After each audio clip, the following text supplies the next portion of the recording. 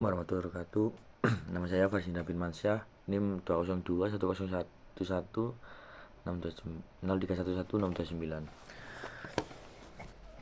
Video ini akan membahas tentang hukum pidana Indonesia yang akan masuk topik yang sangat fundamental dalam hukum pidana, yaitu tujuan dan pedoman pemidanaan yang diatur dalam Undang-Undang Nomor 1 Tahun 2023 tentang Kitab Undang-Undang Hukum Pidana atau KUHP nasional yang baru. Perubahan KUHP ini merupakan salah satu reformasi hukum terbesar dalam sejarah Indonesia. Ini bukan sekadar mengganti aturan kolonial, tetapi juga membangun fondasi pemidanaan yang lebih manusiawi, proporsional, dan berorientasi pada keadilan substantif. Video ini akan membahas tujuan pemidanaan, pedoman pemidanaan, dan contoh penerapannya, serta filosofi hukumnya dan apa saja dampaknya terhadap sistem peradilan pidana kita. Yang pertama adalah latar belakang reformasi KUHP. Sebelum kita membahas tujuan dan pedoman pemidanaan, kita perlu memahami konteks lahirnya Undang-Undang Nomor 1 Tahun 2023. Selama lebih dari 1 abad, Indonesia menggunakan KUHP warisan Belanda. Secara moral, budaya, dan sosial tidak sepenuhnya selaras dengan karakter bangsa. Banyak konsepnya bertentangan dengan perkembangan keadilan modern. Di era baru ini, KUHP nasional hadir untuk memperbarui nilai-nilai keadilan dari balas dendam kolonial menjadi pemulihan dan pembinaan manusia Indonesia, serta mengutamakan kemanusiaan yang berarti tidak lagi menghukum untuk menyiksa tetapi untuk memperbaiki. Kemudian mengintegrasikan nilai Pancasila, yang dimana pemidanaan harus mempertimbangkan kemanusiaan, keseimbangan moral, dan keadilan sosial. Yang terakhir adalah memberi ruang lebih luas untuk keadilan restoratif, yaitu konflik akibat tindak pidana yang tidak cukup diselesaikan dengan penjara, tapi juga harus memulihkan kondisi sosial. Reformasi ini melahirkan paradigma baru dalam pemidanaan.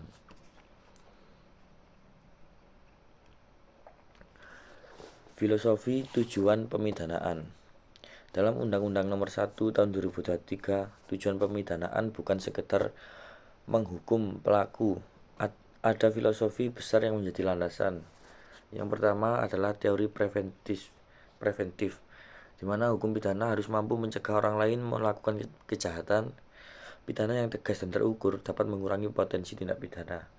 Yang kedua adalah teori represif, yaitu pidana tetap diperlukan untuk menindak pelaku kejahatan, tapi fokusnya bukan membalas dendam, tapi melainkan menghentikan kejahatan.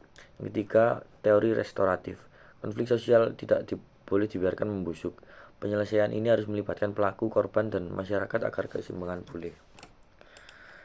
Yang keempat yaitu teori terakhir, yaitu teori rehabilitatif, di mana pemidanaan harus mampu membina pelaku agar menjadi lebih baik, bukan malah merusak masa depannya. Dengan filosofi tersebut, tujuan di Undang-Undang Nomor 1 Tahun 2023 dirumuskan secara modern, berimbang, dan manusiawi. Tujuan pemidanaan dalam Undang-Undang Nomor 1 Tahun 2023. Pasal ini mengenai tujuan pemidanaan, menjelaskan beberapa tujuan besar yang harus dipertimbangkan hakim. Mari bahas secara lebih mendalam. Yang pertama adalah mencegah tindak pidana. Hukum pidana adalah instrumen pencegah kejahatan. Dengan adanya ancaman pidana, orang akan berpikir dua kali. KUHP 2023 mengintegrasikan efektivitas pencegahan jangka panjang, bukan pencegahan instan. Yang tujuan kedua yaitu menegakkan norma hukum demi melindungi masyarakat, di mana masyarakat membutuhkan rasa aman. Pemidanaan ini berfungsi menjadi stabilitas sosial. Setiap perbuatan pidana harus dibalas dengan sanksi yang proporsional agar kepercayaan publik terhadap hukum tetap terjaga. Tujuan ketiga yaitu menyelesaikan konflik akibat tindak pidana. Karena konflik muncul ketika terjadi kejahatan, dalam KUHP baru, penyelesaian konflik tidak hanya dengan menghukum pelaku, tetapi juga memulihkan relasi sosial. Contohnya yaitu dalam kasus penganiayaan ringan, perdamaian antara pelaku dan korban bisa menjadi dasar pengurangan pidana. Selanjutnya adalah tujuan keempat, yaitu memulihkan keseimbangan dan menghadirkan kedamaian. Konsep ini sangat kental dengan pendekatan restoratif justice. pelaku harus ikut memperbaiki kerusakan akibat tindak pidananya. Masyarakat kembali tenang, korban mendapat keadilan, dan pelaku mendapat kesempatan memperbaiki diri. Tujuan kelima yaitu membina agar menjadi pribadi lebih baik. Karena dalam Undang-Undang Nomor 1 Tahun 2023 melihat pelaku bukan hanya sekedar sebagai penjahat, tapi juga sebagai manusia yang bisa berubah. Pidana harus memberikan kesempatan agar pelaku dapat kembali ke masyarakat. Program pembinaan yaitu mencakup pertama pendidikan, kedua konseling, ketiga rehabilitasi, dan terakhir reintegrasi sosial. Tujuan terakhir yaitu tidak bertujuan membuat menderita atau merendahkan martabat, yang dimana ini adalah prinsip HAM. Negara memastikan bahwa pidana bukanlah alat penyiksaan. Pidana harus wajar, manusiawi, dan berorientasi pada keadilan.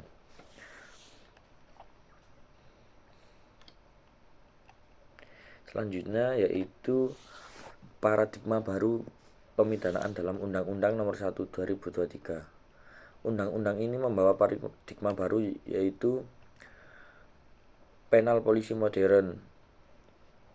Kebijakan pemidanaan diarahkan pada efisiensi, efektivitas, dan diukur dampaknya terhadap masyarakat. Poin kedua yaitu kemanusiaan dan rehabilitasi. Pidana tidak boleh merusak masa depan pelaku, terutama anak dan remaja. Yang ketiga yaitu restoratif justice sebagai pendekatan utama. Tidak semua konflik harus masuk penjara. Penyelesaian di luar pengadilan bisa menjadi mekanisme efektif selama memenuhi unsur keadilan. Yang terakhir yaitu nilai Pancasila dan budaya lokal. Pemidanaan harus sesuai dengan nilai-nilai kemanusiaan, keadilan, kepatutan, dan moral masyarakat Indonesia.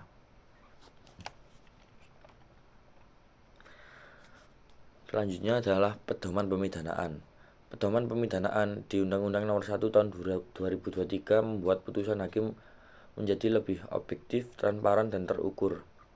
Berikut adalah penjelasan pedoman pemidanaan. Yang pertama adalah tingkat kesalahan pelaku, yang dimana hakim harus menilai unsur niat, perencanaan, kesengajaan, atau kelalaian. Semakin besar kesalahan, maka semakin berat pidananya. Yang kedua adalah motif serta tujuan pelaku. Jika motif jahat akan memperberat, dan jika motif terpaksa atau membela diri dapat meringankan. Cara melakukan tindak pidana. Yang ketiga adalah cara melakukan tindak pidana. Jika dilakukan secara kejam, terencana, berkelompok, atau memanfaatkan kelemahan korban, pidana ini akan lebih berat karena korban tidak melawan. Poin keempat yaitu sikap batin dan tindakan setelah kejahatan. Pelaku menyesal, menyerahkan diri, atau menolong korban dapat diringankan. Pelaku yang melarikan diri atau menghilangkan barang bukti dapat diperberat. Poin kelima yaitu riwayat hidup, keadaan sosial, dan ekonomi pelaku, termasuk latar belakang keluarga, kondisi kemiskinan, pendidikan, tekanan hidup, dan usia. Poin keenam yaitu pengaruh pidana terhadap masa depan pelaku. Hakim harus menilai apakah pidana tertentu akan merusak masa depan pelaku, terutama pada anak, pelajar, kerja, dan orang yang berkebutuhan khusus. Poin ketujuh yaitu dampak tindak pidana terhadap korban, di mana semakin besar kerugian korban, maka pelaku akan semakin besar pidananya. Poin ke-8 yaitu pemaafan dari korban. Jika memaafkan, pidana dapat diringankan, tapi tidak otomatis menghapus pidana. Yang ke-9 adalah perdamaian antara pelaku dan korban. Dalam konteks restoratif justice, perdamaian sangat dipertimbangkan. Yang ke-10, nilai hukum dan rasa keadilan masyarakat. Putusan tidak boleh bertentangan dengan moral, norma sosial, dan rasa keadilan masyarakat. Selanjutnya adalah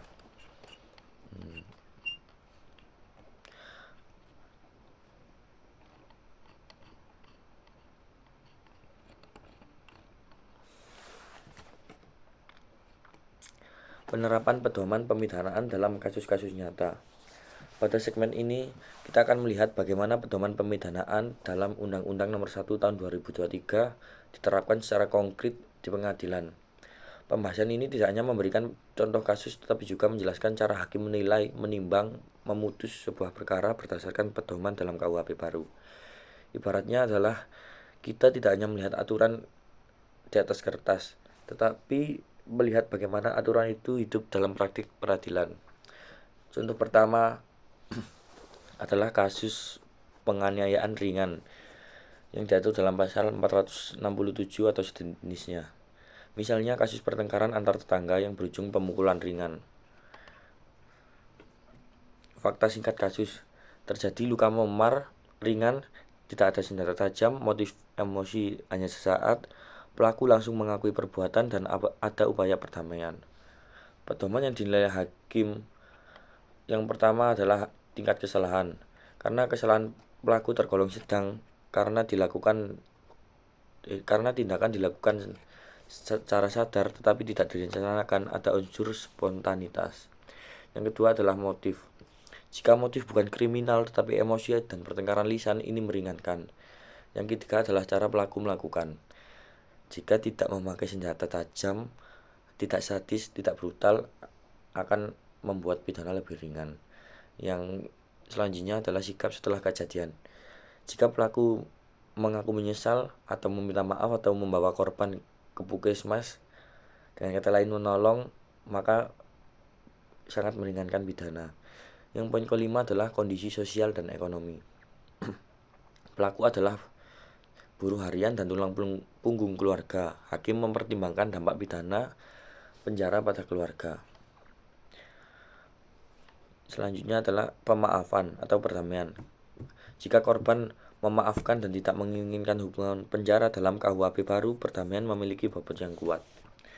Yang ketujuh, konflik lokal sudah mereda, masyarakat tidak trauma dan tidak ada keresahan, maka dianggap meringankan.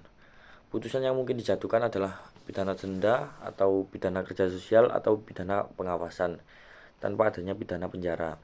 Hakim cenderung menghindari pidana penjara untuk kasus seperti ini seperti tujuan pembinaan dalam Undang-Undang Nomor 1 Tahun 2023. Contoh kedua yaitu pencurian karena tekanan ekonomi. Kasus pencurian makanan di minimarket oleh orang yang mengalami tekanan ekonomi. Fakta singkat dari kasus tersebut: jika pelaku mencuri kebutuhan pokok seperti beras, susu, dan telur dengan motif karena tidak mampu memberi makan anaknya dan tidak ada kekerasan, dan juga pelaku baru pertama kali melakukan tindak pidana dan mengembalikan barang secara utuh, maka minimarket harus membuka ruang untuk mediasi. Pertimbangan menurut hakim yang pertama adalah tingkat kesalahan. Karena kesalahan tetap ada tetapi dipengaruhi dalam keadaan memaksa secara sosial. Yang kedua, motif yang memenuhi kebutuhan dasar keluarga yang dianggap sangat meringankan. Ketiga adalah cara melakukan.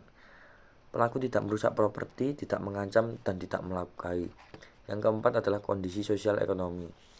Karena kondisi sosial ekonomi pelaku sangat memprihatinkan, hakim dalam KUHP baru wajib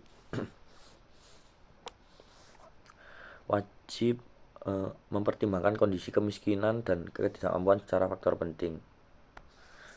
Selanjutnya adalah pengaruh pidana pada masa depan.